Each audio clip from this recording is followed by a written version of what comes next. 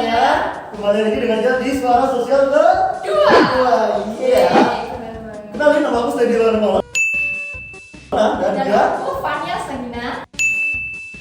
Iya, kita di sini mau ngebahas tentang bullying. Bangsa kita bullying ya Mas ya. Bullying. Nah, untuk judulnya itu tentang Judulnya adalah mereview masa kelam kejamnya bullying bersama ahli psikolog. Nah, sesuai judulnya itu ada ahli psikologinya nih. Nah, ahli psikologi yang kita katakan di sini itu siapa ya? Kenalin dong.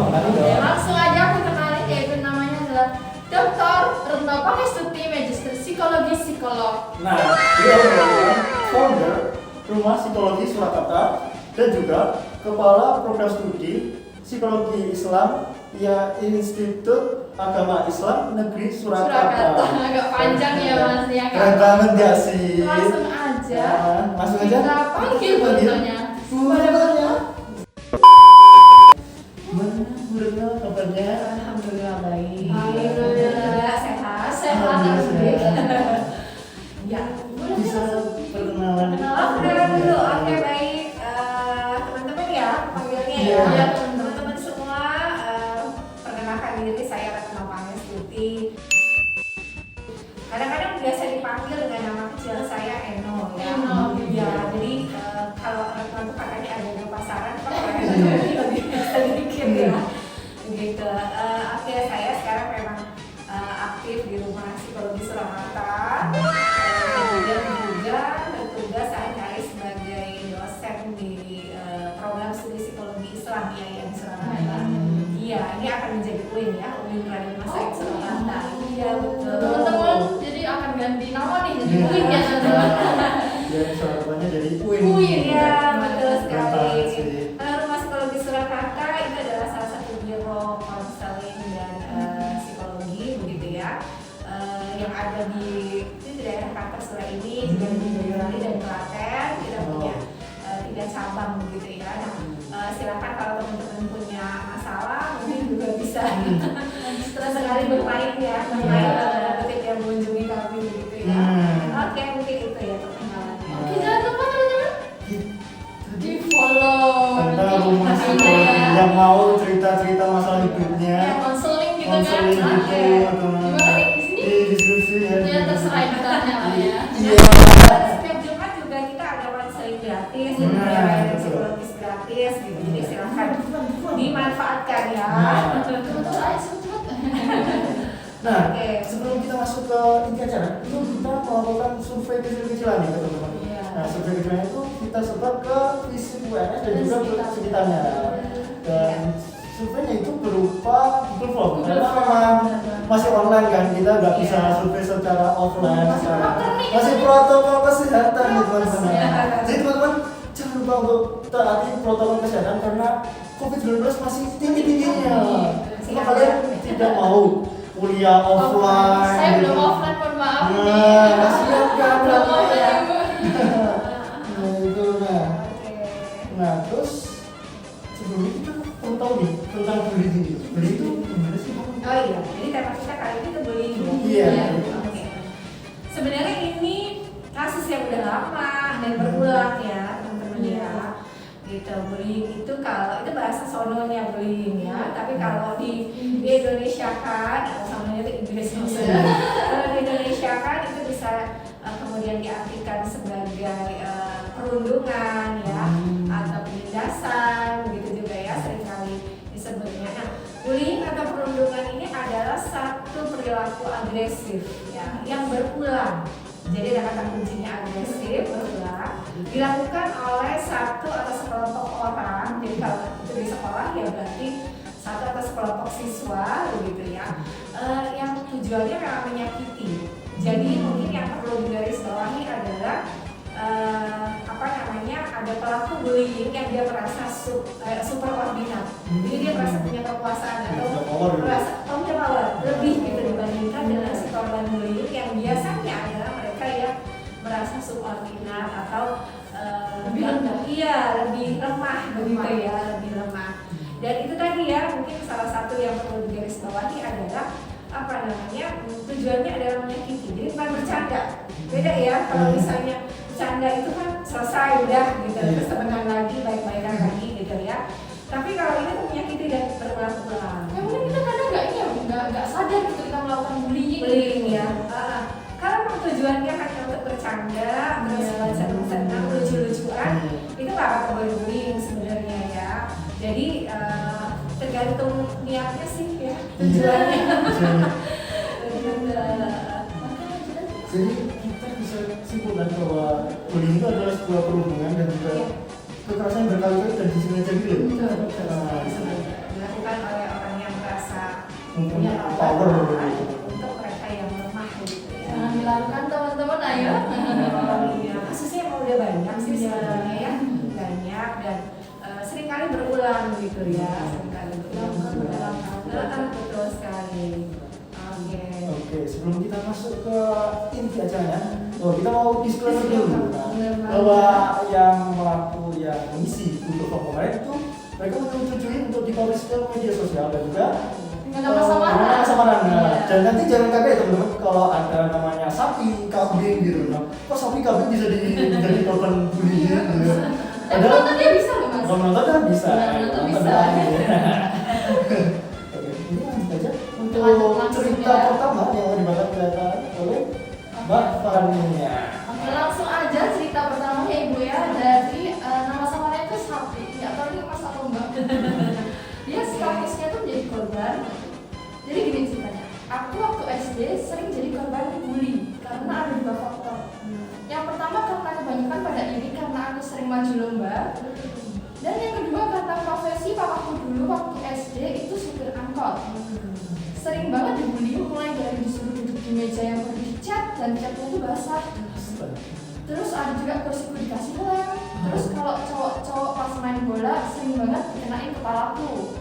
Yang paling parah waktu SD kelas 3. Mukenaku disembunyikan sama cowok-cowok. Aku ke kelas cari mukena sendirian. Terus pas masuk kelas langsung dikunci dari luar. Kasihan banget ya ampun. Terus di dalam ada 2 cowok. Aku ditendangin di pojokan. Terus aku teriak-teriak gak ada yang berani nolongin. Ya Allah. Saya mana tadi? Guru-guru sholat semua. Terus aku juga dipukul sama salah satu cowok itu.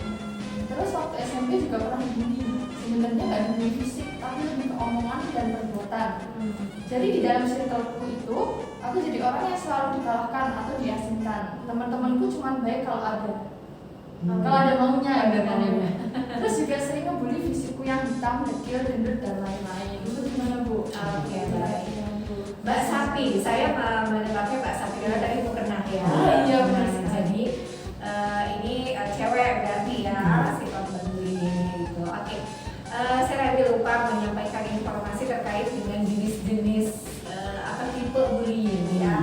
Jadi kalau tadi dari ceritanya Mbak Sapi itu kita bisa lihat perlakuan yang yang diterima oleh Mbak Sapi itu termasuk kategori bullying fisik karena ada ditendang, terus dipukul, dikenain bola di kepalanya gitu ya, itu fisik ya.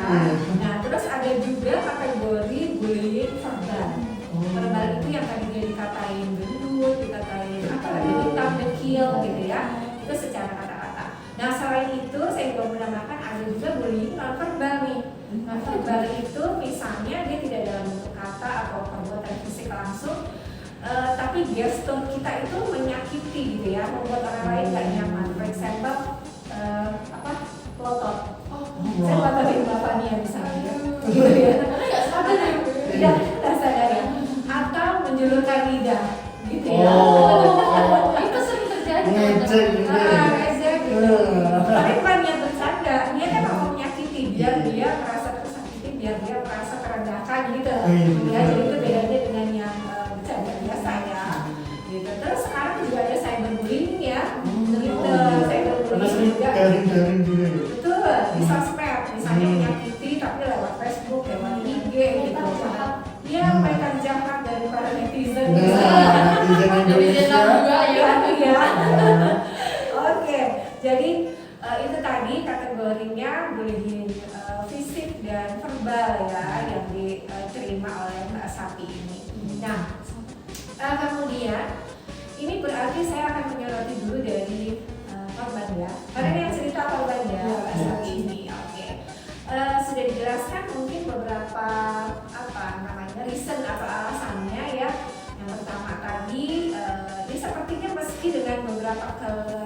kekurangan fisik yang dia sampaikan itu tadi ya, yang menjadi bahan bullyingnya, tapi juga punya kelebihan. Apa kelebihannya? Dia sering dikirim lomba, kemudian juga dia misalnya dikirim lomba itu juga betul aktif di sekolah ya. Jadi yang merasa superordinat, yang merasa punya kekuasaan lebih, kok dia sih gitu, kok sapi sih gitu, iri. Ini juga ada faktor iri nih ya. Kok bisa kan, sorry itu saya nih kan ayahnya cuma supir angkot misalnya gitu ya. Nah hal seperti itu yang kadang-kadang menimbulkan penyebab terjadinya bullying ya. Kemudian saya juga mau mengerti apa sih yang harus dilakukan sapi sebagai korban bullying gitu. Cara escape-nya, cara keluar dari masalah itu gitu ya. Jangan diam aja, jangan membiarkan kita menjadi korban bullying. Gak enak kan gitu ya, jadi korban bullying kan tersiksa kan. Nah ini harus dihentikan. Salah satunya adalah oleh korban gitu ya. Yang pertama adalah berani tegas mengatakan bahwa saya tidak mau diperlakukan seperti ini. Saya nggak suka gitu ya, nolak dong gitu. Ini nggak nyaman buat saya, menyakiti saya gitu. Nah kalau misalnya memang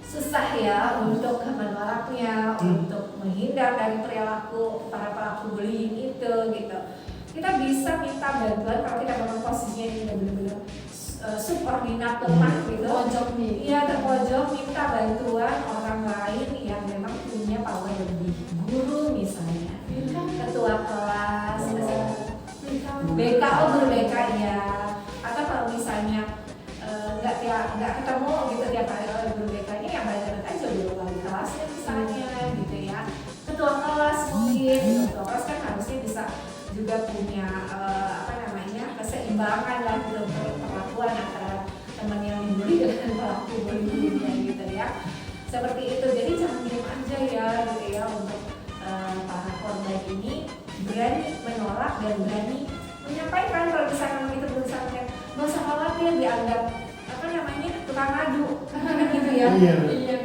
Tukang adu nih gitu, nggak apa-apa gitu, memang harus keluar dari masalah itu. Berani speak up teman-teman. Berani speak up. Lanjutannya sendiri. Cerita kedua yaitu dari Libra dan juga menjadi korban. Jadi ceritanya, please, aku nggak tahu ini ceritanya aneh atau gimana. Jadi aku tuh terbilang anak yang aktif di sekolah dan dikenal seluruh guru gitu. Dan padahal mah ya aku tuh bukan anak OSIS atau yang gimana-gimana, tapi emang kalau friendly, aku anaknya friendly banget dan ya emang sehumble itu. Terus lama-kelamaan aku tuh dibully sama satu cowok. Cowok ini maaf kata udah terbego, terjelek, lagi di angkatan, terjorok juga. Itu pelakunya ya? Iya. Oke, terus? Dia gak punya teman di sekolah gitu. Terus jadinya bully aku. Nah, kejadian kita didengar sama wali kelas aku pas kelas 2. Malah aku dituju jadi ketua kelas. Tambah stres dong aku udah dibully. Terus ketua kelas lagi kan dikata-katain dan karena dia gak punya teman, akhirnya dia mulai membuli aku. Akhirnya seangkatan yang cowok juga ikutan bully. Akhirnya cowok sudah ini punya teman dong. Nah di angkatanku juga ada yang pacaran seangkatan gitu. Terus jadinya seangkatan bully aku gitu. Dah ceritanya. Padahal si cowok jelek ini suka videoin uang, suka aku jajanin, kayak anak gak terpelihara gitu. Padahal orang tuanya sangat baik sama aku gitu, kayak keluarga baik-baik. Tahu anaknya kenapa begitu ya, sampai suatu saat mungkin si cowok itu nggak ngerti kalau aku tuh sayang sama teman-temanku. Waktu seminggu sebelum baikin aku benar-benar ngasih data mereka. Pokoknya aku mau kelasku nggak dimarahin guru dalam pemikiranku, dan bener pas seminggu sebelum itu dikumpulin seluruh anak dan dimarahin seluruhnya kecuali kelasku karena datanya udah lengkap semua. Dan di situ wali kelasku ngomong bahwa aku care dan sayang sama mereka dan nggak mau kena omel. Dan akhir periode wali kelasku tuh benar-benar kayak appreciate aku banget karena udah buktiin bahwa kejahatan dibalas kebaikan. Panjang ya ceritanya ya. Udah dibully tapi dia tetap baik hati. Dan tidak sombong. Ada orang nih ngomong pelakunya tuh Iya. Cowok terjelek gimana ya? Ini siapa cowok ya? Betul. Libra juga. Libra. Namanya Libra. Oke, Mbak atau Mas Libra gitu ya. Tapi di kelas ya di situ ya. Iya, sepertinya cowok kan. Jadi ini pelakunya, kalau tadi si pelaku ini selalu merasa bahwa dia memang superordinat dan menekan yang lemah ya. Pelaku itu yang namanya superordinat bukan berarti dia itu selalu punya kelebihan loh. Gitu. Sometimes dia justru adalah tipe-tipe orang-orang atau anak-anak yang dia memiliki banyak kekurangan dan untuk menutupi kekurangannya itu caranya adalah dengan dia mencari perhatian, melakukan perilaku bullying itu gitu ya. Jadi kalau di dalam bahasa psikologi itu ada namanya disebut juga denial, dia mengingkari kekurangannya dia gitu ya, kemudian berusaha menutupinya gitu. Iya, karena kalau anak yang dengan segudang prestasi, dengan segudang karakteristik positif gitu ya, punya karakteristik positif misalnya, kemudian anaknya baik gitu ya, itu kayaknya nggak punya waktu deh untuk menyakiti. Terlalu sibuk gitu ya. Terlalu sibuk untuk hal yang positif gitu, dengan hal yang baik. Oke. Jadi ini pelakunya memang dia merasa dia punya kekurangan, mungkin juga iri juga ya, si Mbak Libra ini gitu. Lagi-lagi juga ada faktor irinya di sini ya. Nah, kemudian tapi sebagai korban ya, sepertinya Libra ini punya ketahanan psikologis yang lumayan, gitu. Ketahanan mental yang lumayan. Kalau dalam bahasa psikologinya ada resiliensi ya. Resiliensi itu kalau kita itu kayak pegas ya, teman-teman tahu ya, pegas kalau ditekan ya, ditekan dia akan balik lagi kan ke posisi semula. Jadi meskipun dia disakiti, dia dibully, kemudian dibuat tidak nyaman, dia akan balik lagi, bangkit lagi. Itu ciri orang yang memiliki resiliensi yang tinggi, ya, resiliensi yang baik gitu. Nah, pada kasus ini Libra sepertinya seperti itu. Jadi posisinya juga sebetulnya dia agak beruntung dalam tanda kutip ya, artinya punya punya opportunity, punya kesempatan untuk bisa bangkit lagi karena sebagai ketua kelas muda ya. Kemudian juga dia sepertinya ingin membuktikan aku dibully ini gitu ya, tapi aku bisa keluar dari ini, aku bisa membuktikan para pelaku bullying itu, para pelaku itu bahwa mereka tuh salah gitu membully aku ya. Dan akhirnya dapat juga support dari lingkungan, dari sosial ya, termasuk gurunya gitu. Jadi sepertinya memang posisi Libra ini lebih menguntungkan dibandingkan dengan Mbak Sati tadi. Cuma iya itu tadi, karena mungkin ada faktor resiliensi juga yang dimiliki oleh Mas atau Mbak Libra ini gitu ya. Jadi untuk para korban bullying juga yang perlu digarisbawahi, salah satunya adalah ketahanan mental kita ya. Tahan itu bukan berarti tahan disakiti loh, enggak. Tapi adalah bagaimana caranya supaya itu bisa bukan berbalik ya, tetapi kita bisa mengubah keadaan gitu ya. Jadi mengubah keadaan, bukan diam aja, bukan pasrah, udah nggak apa-apa gue disakitin ya, nanti juga ada pertolongan dari yang maha kuasa.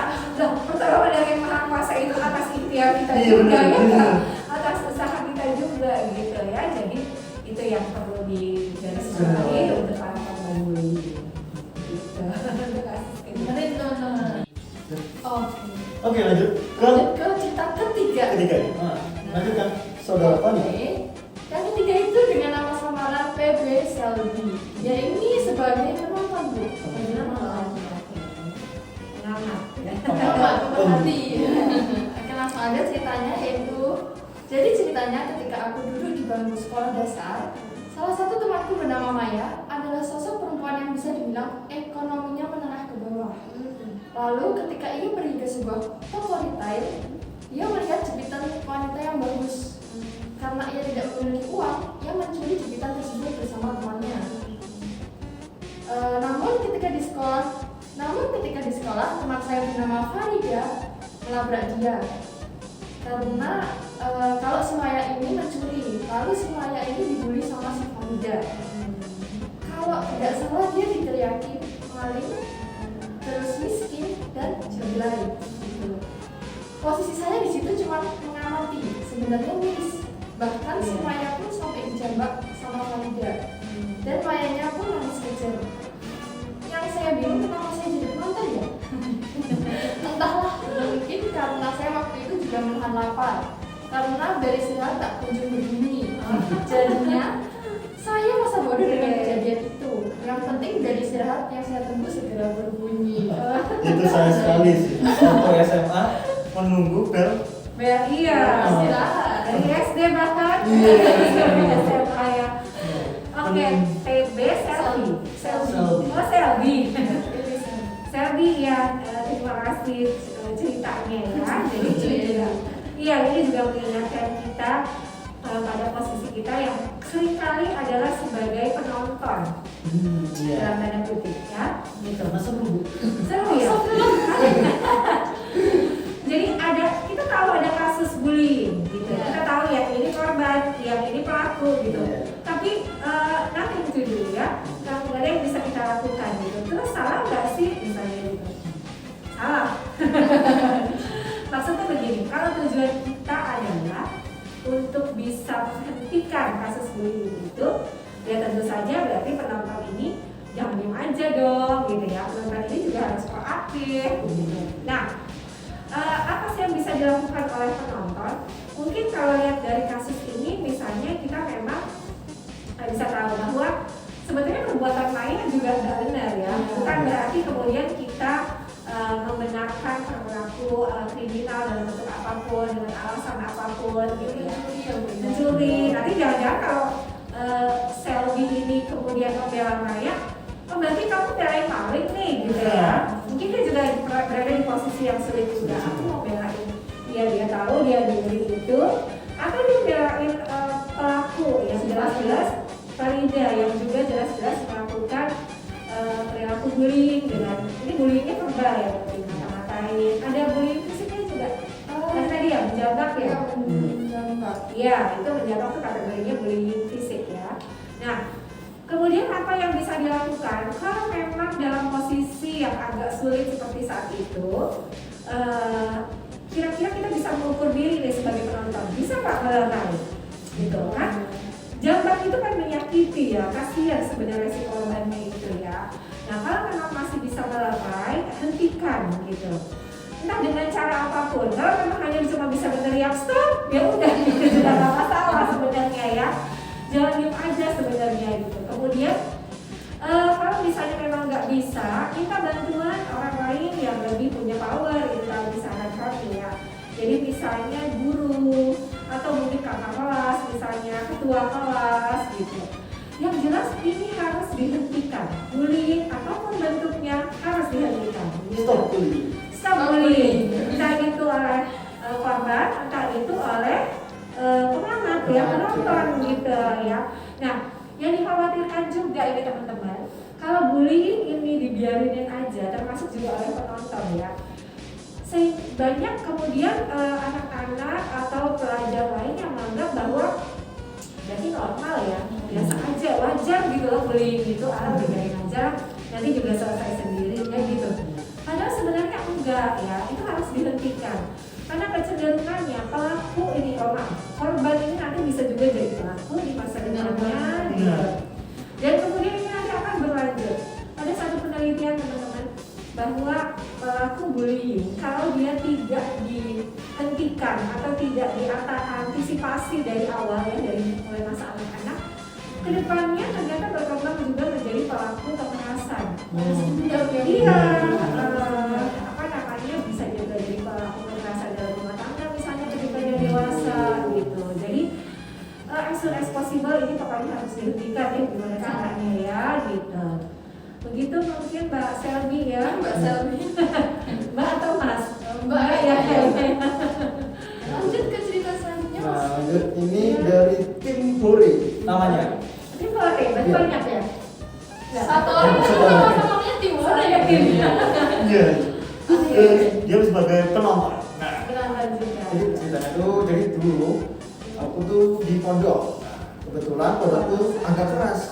Pondok modern sih aslinya, cuman Ya kayak SMA pada umumnya ada juga namanya senioritas. Artinya kan ketika mampu disuruh ngambil lauk 10 di tempat makanan.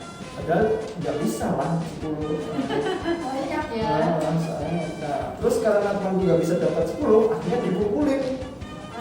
Dipukulin mau nolongin tapi nggak kuat kalah bodi. Mau melapor Ustaz, takut ikut dipukul juga. Akhirnya cuma bisa diam. Hal ini jalan terus sampai saat aku senior. Gantian temanku yang dulunya dipukuli ngulang hal sama. Iya. Cuma sialnya, lu temanku ketahuan mukul karena yang dipukul melapor. Akhirnya temanku dikeluarin dan setelah itu setiap hari ustaznya keliling biar nggak ada pemukulan di kamar. Sekian. Oke, baik. Jadi bullying ini can happen anywhere gitu ya, dimanapun ya. Untuk Ya yang kita sebetulnya berharap ketika di pondok itu kan anak-anaknya ini pada soleh gitu ya, pada baik-baik, sudah tahu belajar agama, bagaimana kemudian agama menuntut kita untuk berbuat yang positif, untuk berbuat yang baik gitu. Tapi ternyata ini bisa juga terjadi gitu. Jadi memang itu tadi bisa terjadi dimanapun. Nah, saya tertarik tadi itu ya, cerita bahwa kemudian yang awalnya dia korban akhirnya menjadi pelaku. Iya. Yang tadi diomongin nih, Iya. kenapa tadi diomongin ya gitu. Jadi kenapa punya kecenderungan seperti itu? Kalau dari beberapa penelitian secara psikologis ya, penelitian psikologis itu mengatakan bahwa korban bullying ini sebetulnya dia tuh punya kemarahan ya, kemarahan yang terpendam, gitu, dipendam ini. Nanti ada saatnya ketika kita bisa balas, gitu, aku bisa balas, aku akan balas. Nah ini kan nggak sehat ya, secara psikologis nggak sehat teman-teman. Jadi makanya biar ini kemudian tidak berulang terus seperti lingkaran gitu ya, nggak ada berhenti tapi lingkaran ini menjadi lingkaran setan ya karena ada berhenti gitu dan karena negatif itu harus di stop saat itu juga ya. Jadi seharusnya ini kan udah kejadian yang lalu ya, jadi seharusnya ketika siapa tadi namanya penonton Timore itu melihat bahwa aduh temanku suruh ngambil lauk 10 padahal kan gak mungkin ya, gak mungkin banget di pondok kita yang sudah ada gitu, gak mungkin. Gak mungkin. Nah, apa yang bisa dilakukan gitu ya, kalau memang pada saat itu ya seharusnya kalau berani, tapi tadi katanya kalah bodi ya, kalau berani ya memang mengatakan aja enggak, jangan gitu ya, 10 gak mungkin banget mas gitu misalkan. Kalau misalkan itu bisa diamati atau mungkin bisa menarik perhatian Ustaz misalnya gitu ya, ngapain aja di situ teriak, mas nggak mungkin mas dapat 10 mas gitu, nggak mungkin ngambil 10 gitu. Jadi Ustaznya juga ada apa sih itu, kepo ya, ada apa gitu. Nah kalau enggak ya sampaikan aja baik-baik. Teman-teman guru, ustaz, guru BK, apalagi ya kalau kelas sekolah mungkin terlalu jauh ya, guru lah yang paling penting kita itu siap kok menerima apapun masalah non akademis dari peserta didiknya gitu, dosen gitu juga gitu ya. Jadi bukan berarti ketika datang ke ruang guru tuh masalah pelajaran nggak bisa disikat lah, nggak bisa tinggal kayak gitu ya, tapi masalah-masalah pergaulan, masalah edukasi sosial itu juga bisa kita konsultasikan gitu dengan guru ya. Jadi kalau misalnya dulu bisa di stop, kan nggak sampai temannya itu akhirnya menjadi pelaku bullying, nggak sampai juga temannya itu dikeluarin. Kasihan kan, kasihan untuk bullying dan ketangkep gitu ya. Sayangnya nggak seberuntung yang sebelumnya ya. Gitu. Jadi yuk sebagai penonton juga kita bisa proaktif untuk bisa menghentikan kasus bullying. Gitu ya Timore ya. Bisa kalau lihat lagi di stop ya. Stop teman. Dan dilakukan. Ya langsung aja ke cerita ke berapa ini? Kelima. Ya. Yaitu nama samarannya samaran. Dia berperan sebagai pelaku nih Bu. Oh oke. Jadi tadi udah 2 korban, ada 2 anak penonton yang ini pelaku ya. Udah kita lihat versi pelaku. Jadi ceritanya waktu SD ini lu gua. Jabodetabek kayaknya. Waktu SD gua pernah dibully temen gua nih.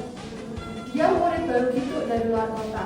emang gayanya songong, udah ngajak berantem gitu dan sama anak kelas sebelah. Tapi gue mau banget temenan plus kenalan sama dia. Seinget gue sempat temenan sebentar, tapi karena terpengaruh sama omongan teman gue yang dulu udah lama, ini akhirnya gue jadi ikut-ikutan ngebully. Oh gitu. Awalnya dia nggak ngebully ya? Ngebully dan gara-gara temennya Oke, iya. namanya tapi gak punya temen, jadi gue ikut-ikutan aja. Tapi dia bener-bener dijauhin satu kelas, jadi gak ada yang boleh main sama dia. Tasnya pernah dimasukin makanan kaki naga loh. Topi pramukanya diisi nasi sama temen gue dan gue juga ikutan. Jujur di sini gue cuma pihak yang liatin sambil ketawa-ketawa tanpa hentiin perbuatan temen gue. Iya. Akhirnya besoknya ingat, di hari Jumat selesai sholat tuh gue dipanggil sama wali kelas. Gak gue doang nih, tapi sama teman-teman gue juga. Gue diomelin, diceramahin, tapi pakai bahasa baik banget. Tapi bahasanya baik banget. Wali kelasnya itu. Iya. Ya udah, temen gue nangis, aku juga nangis. Jadi sama-sama yang mau ngebully itu nangis. Ya udah, maaf-maafan. Dan sekarang gue malah jadi temenan baik sama dia. Wek. Ya ini gue cerita aja, udah tobat juga. Gue bener-bener nyesel banget sama perbuatan gue dulu. Oh iya, mau nambahin tadi. Sebenarnya gue takut buat spill itu. Takutnya nggak mau temenan sama gue atau gimana. Tapi ya nggak apa-apa deh. Udah tobat asli. Takut untuk apa tadi? Apa? Takut untuk apa? Sebenarnya dia takut untuk Gue takut buat spill ini. Oke, cerita ini. Ceritain. Oke, baik. Siapa tadi namanya? Samaran. Halo Samaran. Jadi kalau kita lihat kasusnya ini, dia pelaku yang ikut-ikutan. Ya. Jadi awalnya memang nggak niat nih, awalnya nggak niat. Dan sering kali, tadi saya juga lupa menyampaikan di kasus yang penonton. Sering kali penonton ini kemudian karena dia juga satu nggak berdaya, dua dia takut ya ditindas kadang-kadang. Jadi dia ikut-ikutan menjadi pelaku, walaupun itu pelaku bayangan gitu ya. Jadi mungkin bukan pelaku utama, tapi pelaku bayangan ya. Nah, kasus yang Samaran tadi sampaikan itu memang menjadi pelaku yang menjadi ikut-ikutan dan seringkali anak-anak terutama dalam masa-masa yang mencari teman ya, kebutuhan untuk mencari identitas diri dan mencari teman-teman peer groupnya gitu ya, kelompok sebayanya itu sepertinya kadang-kadang melakukan apapun ya untuk bisa punya teman banyak. Nah, jadi pelaku ini kan seringkali dia punya posisi itu tadi superordinat ya, superordinat itu dia punya kelebihan entah itu dari segi finansial ekonomi misalnya, atau dia mungkin punya power, dia mungkin famous misalnya ya, sangat tenar gitu ya di sekolahan, sehingga kemudian alih-alih dia menghentikan itu yang awalnya penonton akhirnya ikut-ikutan menjadi pelaku juga.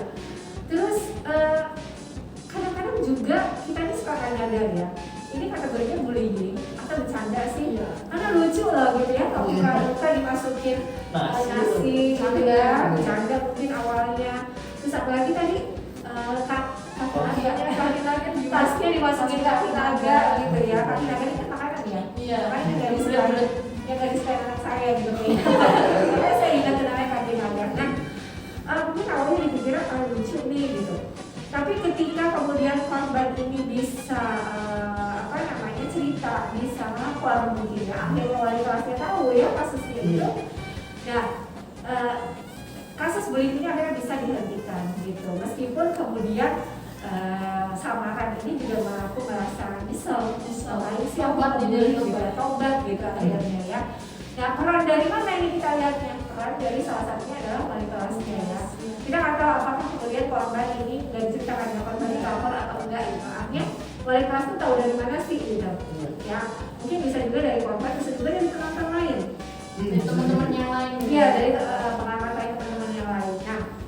Nah, itulah pentingnya makanya melibatkan peran dari wali kelas. Dan penting juga nih, mungkin ada juga guru-guru yang nonton misalnya ini ya, atau punya lingkungan guru misalnya kakaknya atau atau ayahnya.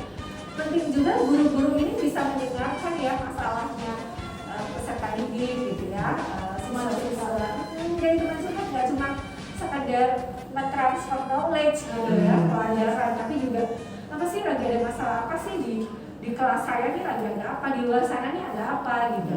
Nah sehingga kemudian enak kan ngasih taunya juga enak dengan bahasa yang berbeda dan akhirnya pelakunya juga bisa belajar karena pakai bahasa-bahasa yang memang positif gitu. Sampai nangis, sampai nyadar, sampai tobat ya. Bagus. Iya, oke. Gitu ya samaran ya. Samaran. Iya. Dan ulangi lagi ya samaran ya, ada berapa doang. Oke. Mungkin lanjut ya. Kita Lanjut, iya. terakhir ini The best best story. one. Memang banyak banget dan Panjang ya. Iya. Panjang sekali Bu ini. Namanya adalah Hana Nuraya. Ini bukan nama samaran, cuman udah buat samaran. Namanya Hana Nuraya. Dia menjadi korban dan ceritanya jujur aku gak tahu mau nganggap perlakuan pelaku ke aku itu sebagai bullying atau enggak. Tapi kalau diperhatikan perlakuan pelaku ini hanya dilakukan atau ditujukan ke orang yang betul-betul kecil, lebih lemah dari pelaku. Dan korbannya bukan cuma aku. Dan karena itu aku menganggap kalau dulu aku bisa dibilang menjadi salah satu korban bullying. Banyak. Untuk perlakuan perbuatan pelaku itu ada tiga, yaitu bullying verbal, relasional, atau non verbal. Kejadian dari tiga jenis bullying itu berupa pelaku sering merendahkan aku dan temanku juga jadi korban, entah ini mengejek fisik, perbuatan, omongan, keluarga, atau apapun. Pasti selalu ada bahasan topik untuk merendahkan orang lain. Perlakuan tersebut seperti hal yang mungkin sering dianggap wajar dan umum, padahal perlakuan tersebut sangat berpengaruh pada mental psikis korban. Sedihnya orang lain atau teman-teman yang lain tidak membantu dan atau membela. Mereka hanya menganggapnya bercanda yang mungkin bisa dibilang kelewatan. Sedih dan miris yang merasakan bersama temanku dan yang juga menjadi korban bullying. Yang bisa kita lakukan hanya saling mengingatkan dan mendoakan. Sepanjang Bukan hanya bully ringan seperti di atas, sama sekali pelaku melakukan kekerasan fisik. Mungkin tidak sengaja, namun bagiku itu sebuah peristiwa yang nggak bisa dilupain. Apalagi sampai memberi sedikit trauma ketika bertemu dengan pelaku. Kejadian itu adalah peristiwa saat aku jatuh ketika berayunan pada akar gantung dari pohon beringin besar yang hidup di pinggir sungai, di mana ketinggian atau kedalaman antara posisiku berayun ke sungai itu mencapai kurang lebih 3,5 meter. Mungkin salahku juga ketika aku mencoba hal baru itu. Namun ketika pelaku belum tiba, aku masih bisa mengontrol kekuatanku dalam berayun dan bisa menghentikan pergerakanku. Jadi masih mau kuanggap aman saja ketika bermain di sana. Namun ketika pelaku datang, mereka mulai menggangguku dan mulai bermain-main dengan sengaja mendorongku untuk mengayunkanku dengan lebih kencang. Awalnya memang masih kuanggap baik perbuatan mereka. Namun ketika aku sudah meminta untuk berhenti dan meminta pertolongan untuk menghentikannya, mereka malah menganggapnya lucu dan mereka sibuk tertawa melihat perayunan sambil berteriak dan kami meminta tolong. Dimana tidak panik setelah pohon beringin yang besar itu terdapat jurang jarak dengan sungai yang walaupun tidak curam namun bisa membuat tubuh mendapatkan patah tulang. Bila jatuh ke sana, ayunan yang kencang dari mereka sampai sana membuatku berayun hingga di atas sungai berjurang itu, dan hal itulah yang otomatis membuatku panik. Apalagi tanganku sudah mulai tidak kuat untuk menahan berat badanku lagi. Aku makin merasa pasrah dan takut bersecara bersamaan. Bahkan konyolnya aku berpikir bahwa bisa saja hidupku berakhir seperti itu. Mengingat aku baru menginjak kelas 4 SD yang dengan bodoh bermain ayunan di pohon beringin. Namun beruntungnya aku memikirkan cara lain ketimbang aku mati saat itu, yaitu dengan memperpanjang tubuhku jatuh ke tanah yang berjarak 1 meter lebih ke tanah. Aku mengorbankan lutut dan tulangku untuk terluka dan berdarah karena banyak kerikil yang menancap ketika aku mendaratkan tubuhku. ketika aku melakukan hal nekat dengan menjatuhkan tebu itu, mereka setelahku hanya bisa terdiam dan mulai panik ketika aku mulai meringis kesakitan karena rasa perih pada aku itu. Aku menangis jelas. Bagaimana tidak? Jadi itu seperti pilihan antara hidup dan mati, dan aku berhasil selamat. Aku menangis kesakitan namun juga tangis bahagia karena aku masih selamat. Para pelaku untungnya masih memiliki hati nurani untuk membantuku kembali ke sekolah dan membantu mengobati lukaku. Tapi ya ketika mereka mengobati lukaku, aku malah tertawa. Miris dan lucu melihat mereka berperilaku seperti itu. Saya sudah tertawa sih melihatnya kalau menjadi itu. Semenjak kejadian itu, alhamdulillah para pelaku mulai mengurangi perilaku bullying padaku hingga aku lulus sekolah. Mungkin sekian cerita tentang pengalamanku ketika merupakan bullying. Maaf jika panjang dan susah dipahami. Panjang sekali nih teman-teman. Menulisnya sih kayak terus banyak sih. Iya betul. Jadi kita tuh membayangkan ya dari ayunan gitu ya, yang 3,5 meter, pilihannya adalah jatuh ke jurang atau jatuh tanah atau bahkan katanya mati kan. Susah nih. Iya betul. Terima kasih ceritanya. Hana mungkin perempuan ya, kayaknya perempuan ya. Oke, cerita yang sangat seru ya, dan saya menganggap bahwa menilai dan memprediksi juga cerita ini adalah cerita traumatis yang tidak akan pernah dilupakan seumur hidup, benar kan ya?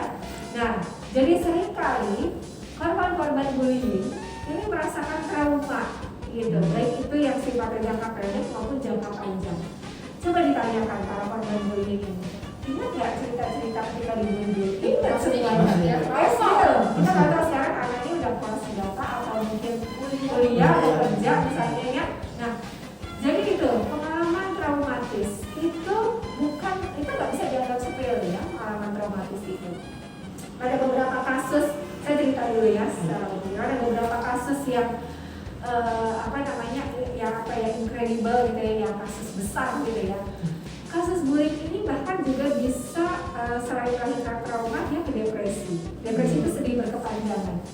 Nah, depresi yang tidak terselesaikan ini yang pada beberapa orang yang mohon maaf mungkin dia tadi itu ya tak punya resilien yang kuat ya. Bahkan kemudian memunculkan perilaku bunuh diri.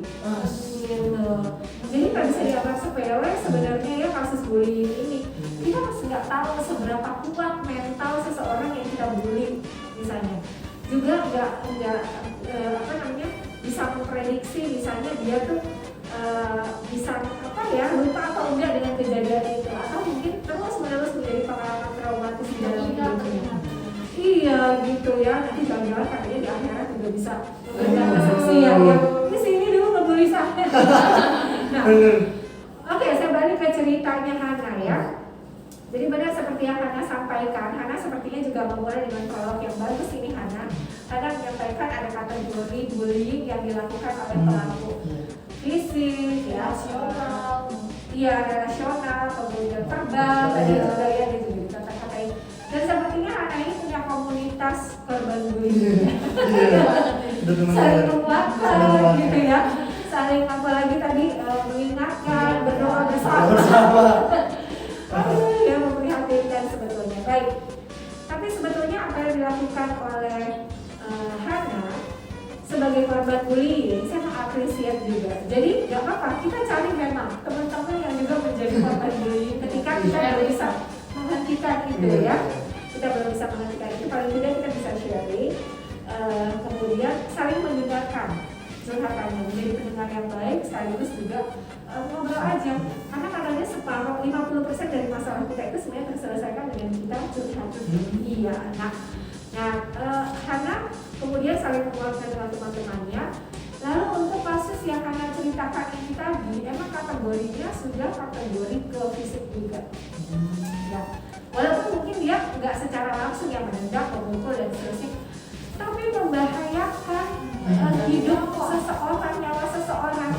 Itu dia, itu udah kategori fisik dan juga berat ya sebetulnya ya, gitu pilihannya hidup atau mati sebenarnya ya. Nah, luka atau mati gitu ya pilihannya. Nah, oke, jadi pilihan yang dia ambil Hana adalah kemudian menjatuhkan bela diri ya, meskipun luka itu dengan resiko terkecil sebetulnya. Jadi anak masih bisa berpikir rasional dalam situasi yang penuh tantangan itu tadi, tantangan dalam tanda kutip, ini tantangan negatif penuh ancaman itu tadi ya.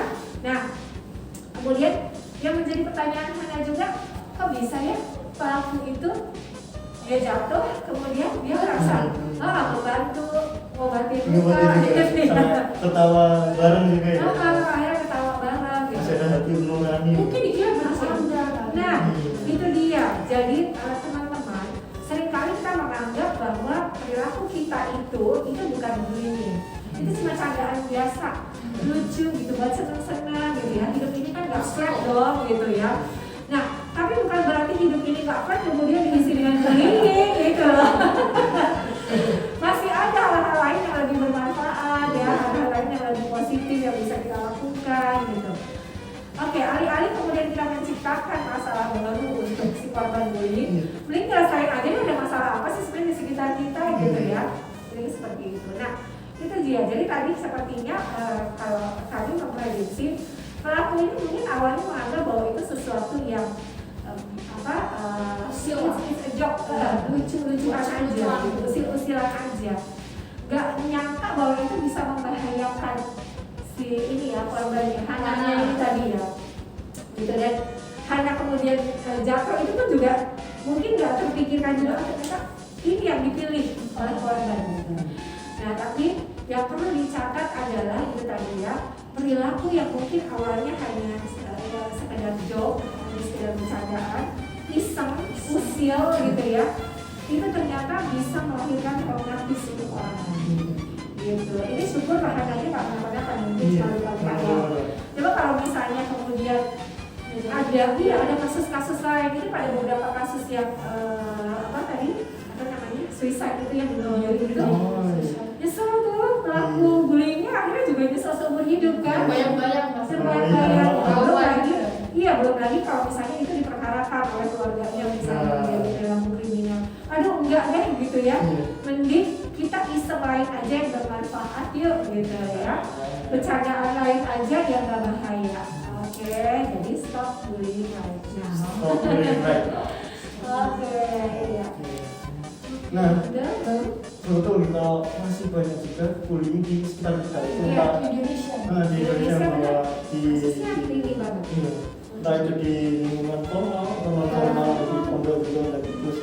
Sekarang serba daring, ada cyberbullying. Iya. Mereka beradaptasi ya bullying itu ke cyber gitu. Iya. Nah, tapi sebetulnya bukan hanya di Indonesia ya, bullying ini berdunia. Iya sekali. Kalau kita lihat kan film-film ada di luar, iya, juga gitu ya, bener. senior ngebully junior. Nah, jadi minta tanggapan nih mengenai bullying masa kini. Masa kini. Pesan-pesan gitu. Oke, untuk cyberbullying juga ya. Iya. Oke, iya. Ini karena trennya adalah tren semua serba online, serba virtual ya. Yang padahal kemudian bullying ini sebetulnya adalah sesuatu yang kita bisa katakan sebagai gangguan perilaku ya, yang sebelum muncul dalam perilaku kan dia mulai dari sikapnya dulu, kecenderungan dia gitu. Misalnya pengen banget dia iseng gitu, pengen banget dia komentari sesuatu gitu ya. Nah, karena kemudian gak bisa secara langsung, saya misalnya mau ke Mbak Fania, kan gak bisa ketemu langsung nih, lewat apa ya? Oh iya, lewat medsos gitu. Nah, tapi sebetulnya penelitian di dalam psikologi komunikasi juga teman-teman itu sudah menghasilkan beberapa menghasilkan kesimpulan bahwa pelaku bullying, cyberbullying, pelaku cyberbullying itu memang dia punya potensi untuk melakukan perilaku bullying pada umumnya gitu. Jadi artinya karena sekarang bisa ada lewat medsos, jadi para netizen yang seringkali berkomentar negatif ini itu sebenarnya juga sudah bisa dikategorikan sebagai pelaku bullying juga, bullying juga gitu. Dan hati-hati ya, ini sebetulnya ada rulesnya ya, ada aturannya kan, ada undang-undangnya. Jadi hati-hati karena cyberbullying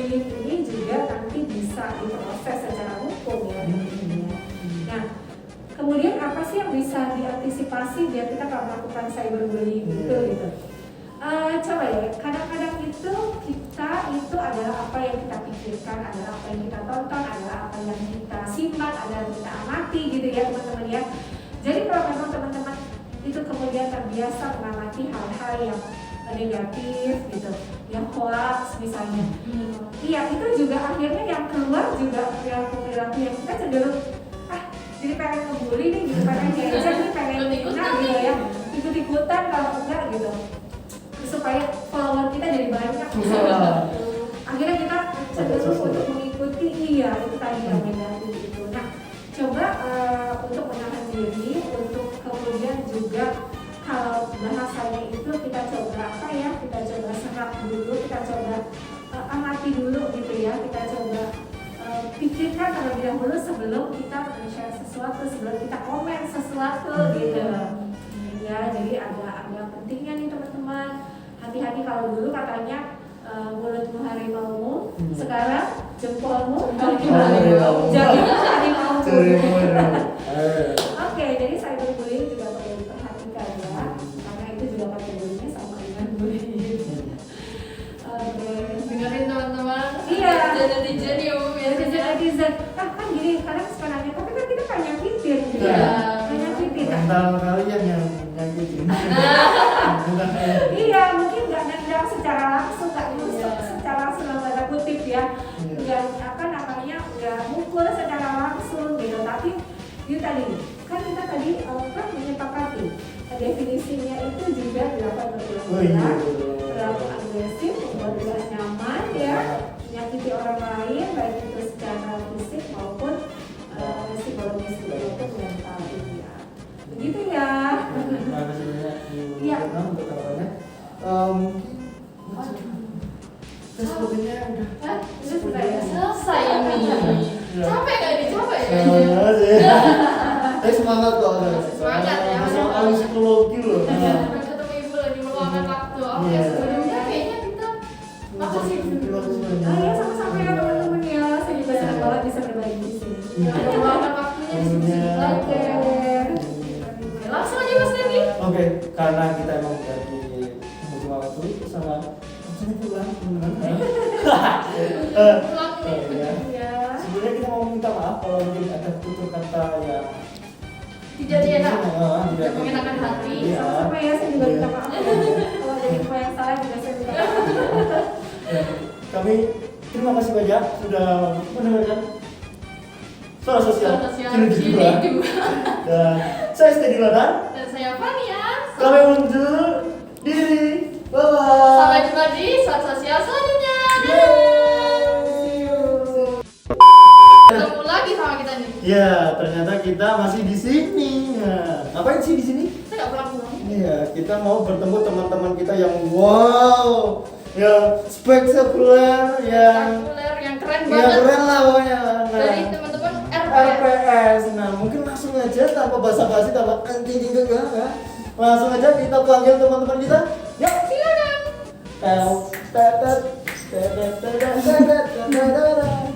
Ya, Oke. Langsung aja. Langsung aja kenalan dulu ya mungkin. Nah, oke. Silakan banyak. Perkenalkan, nama saya Cinta Ayunia, bisa disebut dengan Cinta. Cinta. Sarannya. Sarannya. Lanjut. Oke, nama saya Bagas, biasa dipanggil Son. Son. Aneh ya. Bagas. Son ya. Oke, lanjut. Dan yang terakhir, halo, aku Herlin Bintari, bisa dipanggil Herlin atau Bin juga boleh. Bin. Halo, Bin. Pak Bin. Oke. Mungkin waktu udah tutup langsung kita. Kita persilahkan aja. Terima kasih kakak-kakak. Ya, halo sobat RPS, kami peer counselor dari RPS. Nah, apa itu RPS? RPS itu adalah Rumah Psikologi Surakarta. Dan untuk info lebih lanjut tentang RPS, silahkan klik link bio Instagram di bawah ini. Terima kasih. Nah, di RPS ini ada apa aja? Nah, di RPS ini ada beberapa kegiatan. Pertama dari konseling, dari pelatihan, ataupun dari psikotes. Nah, bagi teman-teman nih yang mau konseling, yang mau menceritakan tentang permasalahannya atau mencari solusi, bisa nih menghubungi teman-teman RPS di link bio Instagram ini untuk informasi lebih lanjut. Dan selain itu di RPS juga kita punya program unggulan setiap minggu. Salah satunya itu Jumat Berkah. Apa itu Jumat Berkah? Kita itu menyediakan layanan konseling gratis bagi 5 pendaftar di hari Jumat. Selain itu, bagi kalian yang mau tes CPNS, kepolisian atau yang lainnya, bisa juga datang ke RPS loh dengan mengikuti psikotes kayak begitu. Untuk info lebih lanjutnya nanti bisa stay tune di IG kita ya, Rumah Psikologi Surakarta. Terima kasih. Kalau Iwan gak kelihatan muka aku. Kulitnya gak kelihatan. Iya gak kelihatan. Iya, udah. Jadi keren banget gak sih tadi tentang Rumah Psikologi Surakarta. Ini yang lagi depresi. Lagi depresi, lagi stres. Ya, mungkin dia Lagi ada- yang kemarin diputusin sama Nanti bisa ketemu pacarnya. kita di sini. Nah, Gitu. ketemu Ya. orangnya, kelasnya. Boleh. Langsung aja join di Eh, Rumah Psikologi Surakarta. Oke, ini dia. Sekian dari kami. Terima kasih. Wassalamualaikum warahmatullahi wabarakatuh.